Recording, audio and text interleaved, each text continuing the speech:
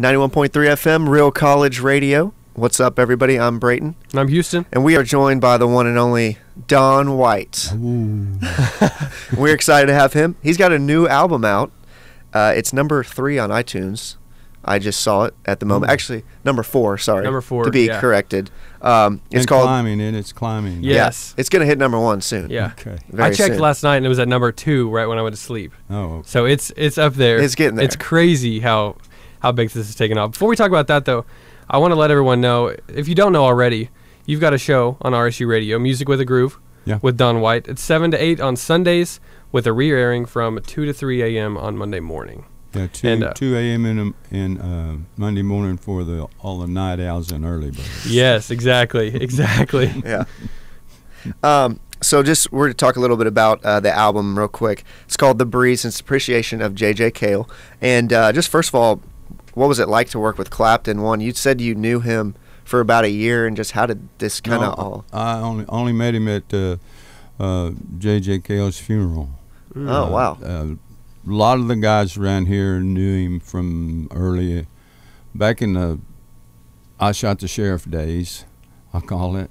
My friend Carl Radel and Dick Sims and Jamie Oldegger was in his band. Wow. And they played for him for several years. And he used to hang around Tulsa. About the time I was starting my music career, so I never did meet him then. I was always traveling or doing something else. So I didn't meet him until the day of the funeral. Wow. So how did that get, kind of worked? How did that work itself out? He was talking. He said, "Well, I wanted. I just met him that day, and he said I wanted John, who we called JJ Cale. Well, called him John or called him Cale. Said I kind of wanted him to help me with my next record, but he said." I can't do that now. And I said, well, why don't you talk to Walt Richmond, who has already worked with him a lot. And he said, Walt will be on the next record. And he looked at me and he said, and you should be on it too. And I said, probably something that most people wouldn't dare say. I said, well, how do you know I'm any good? You've never heard me play. And he looked at me like I was crazy. See, and that's one thing I like about Don White so much. He's so humble. Yeah. You would never know that he's on an album that's number 4 on iTunes. I know. That is awesome. Ridiculous. When did production begin on this album? He died 2013, July 26th. And actually, we started the record.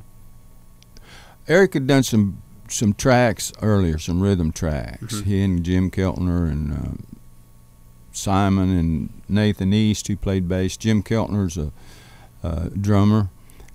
He was one of the traveling Wilburys in a little village, and he's played on about 50% of the hit records that come out of Los Angeles in the last 20 years. Yeah. And he's actually from Tulsa.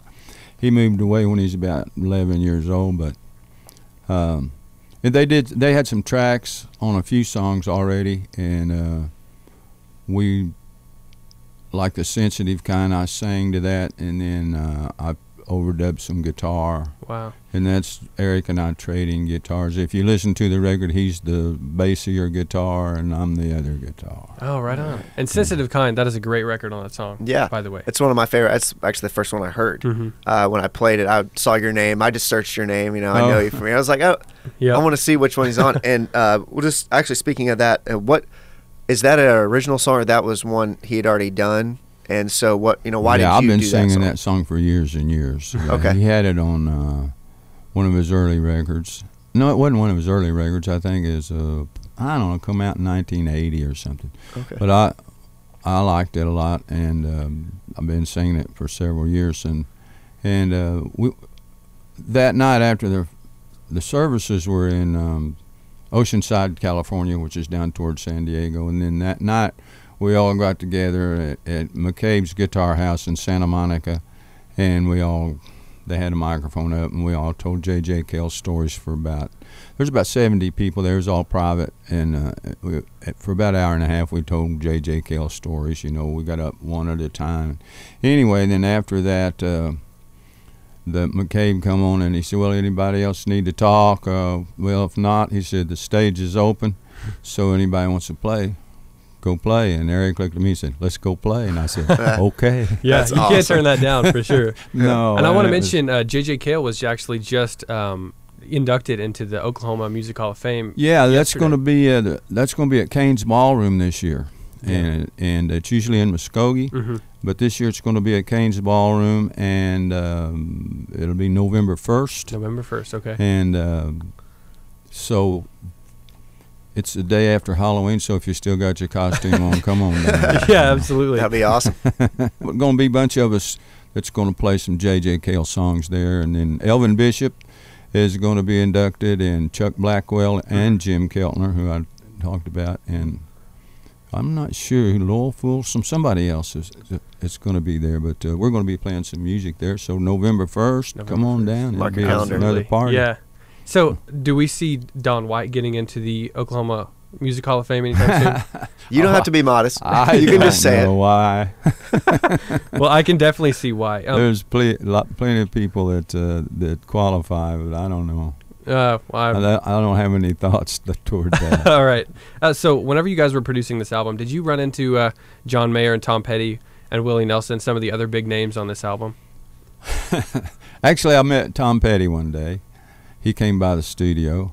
I never met the rest of the guys. Even Mark Knopfler, while I'm kind of doing a duet on Train to Nowhere, I put my part on in Los Angeles. He put his part on in England, I think. Wow. So, That's neat. you know. That's crazy. And just, you've done music for years, and where does this kind of rank for you if you could put it up there? What is it like to, be on an album with all these guys? And Oh, great. It's to the top of the list, I think. It's, I've played in bands with guys and opened the show where everybody from Roy Clark to Ry Cooder and done all that. But this is great, sitting there playing guitar. I was sitting right between Don Preston and Eric Clapton, and it was, they said, wow, were you scared or was I said, no, I was just trying to do my job, I was just trying not to mess up. Yeah, absolutely.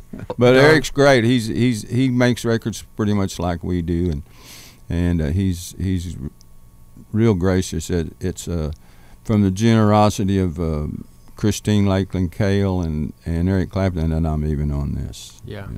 That's so cool. I can't get over how awesome that is that you're on this album. Don, thanks for hanging with us this afternoon. Appreciate it, guys. Be sure to tune in to Don's show, Music with the Groove.